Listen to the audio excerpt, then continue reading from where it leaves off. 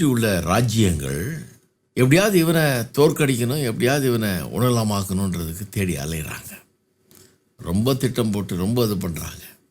அதுக்கு எல்லாம் பண்ணுறாங்க. அவதூறாக பேசுகிறது, திட்டமிடுறது, பிராணனை வாங்க தேடுறது, பயத்தை உண்டாக்குறது, டெரரைஸ் பண்ணுறது எல்லாம் நடக்குது வேலை. இதெல்லாம் மனசில் பாதிப்பை உண்டாகுது பாருங்கள். இந்த சுற்றியில் இருக்கிற புறஜாதியார், சுற்றியில் இருக்கிற ஆட்கள், இந்த இஸ்ரவேல் ஜனங்களை எதிர்க்கிறவர்கள் பண்ணுற அந்த அக்கிரமத்தினால இவன் பயந்து போய் அதனால் உள்ளமெல்லாம் வருந்தி பேச்சை கேட்க முடியாமல், அவதூறுகளை கேட்க முடியாமல் வருத்தப்பட்டு சரீரத்திலேயே பெரிய பாதிப்பு ஏற்பட்டிருக்கிறது. ரொம்ப ஜாக்கிரதையாக இருக்கணும். பிசாசானவன் பல விதத்தில் வேலை செய்கிறான். நேராக வெட்டு ஒன்று துண்டு ரெண்டுன்னு முடிக்கிறது இல்லை கதையை. அவன் ஒரு பிசாசானவன் ரொம்ப தந்திரமான வேலை செய்கிறவன்.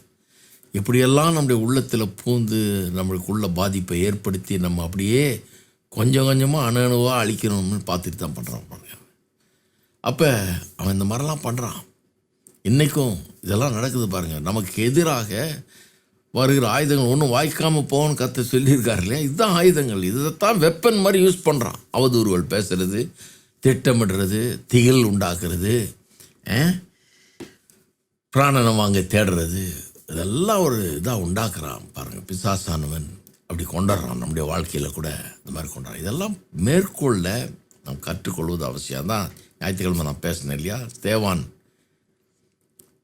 கல்லெறியப்படுகிறான், கொல்லப்படுகிறான். கல்லெறிஞ்சு கொல்லும்போது தன்னை கல்லெறிஞ்சு கொண்டவங்களும் மன்னிக்கிறான். எப்படியா மன்னிக்க முடிஞ்சதுன்றாங்க. எப்படி மன்னிக்க முடிஞ்சதுன்னா, வானத்தை அண்ணாந்து பார்க்குறான். பரிசுத்தாவியினால் நிரம்பி வானத்தை அண்ணாந்து பார்க்குறான். பார்க்கும்போது ஆவியானவர் அவனுக்கு ஏதோ ஒரு காட்சியை தர்றாங்க. என்ன காட்சியை தர்றாரு? இயேசு நிற்கிறார். சாதாரணமாக உட்காந்துட்டு தான் இருப்பார் இல்லையா?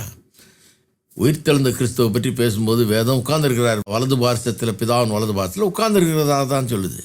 ஆனால் இங்கே நிற்கிறாரு. எதுக்கு நிற்கிறாரு? அப்போ ஒரு கோட் சீன் மாதிரி அது. தேவனுடைய மகிமையை காண்கிறான். இயேசுவானவர் நிற்கிறதை கண்டான்.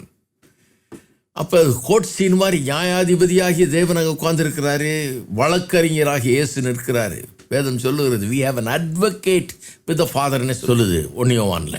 நமக்காக பரிந்து பேசுகிறவர், அதான் அட்வொகேட், வக்கீல். பரிந்து பேசுகிறவர் தமிழில் மொழிபெயர்த்துட்டாங்க, இங்கிலீஷில் அட்வொகேட்னு போட்டாங்க. பரிந்து பேசுகிறவர். கோர்ட்டில் போனால் வழக்கறிஞர் உங்களுக்காக பரிந்து பேசுகிறவர். அப்போ பார்க்குறான். பார்க்கும்போது அந்த காட்சியை பார்க்குறான். என்ன பரிந்து பேசிகிட்டு இருக்கிறாரு? அவர் அங்கே நின்றுட்டு இந்த சேவான் பொல்லாதவன் கல்லெடுத்து அடிக்கிறாங்க நல்லது அப்படின்னு சொல்லல. அவர் சொல்கிறாரு, இவங்கெல்லாம் கல்லெடுத்து அடிக்கிறாங்க, ஆனால் அவன் நீதிமான், அவன் ரத்தத்தால்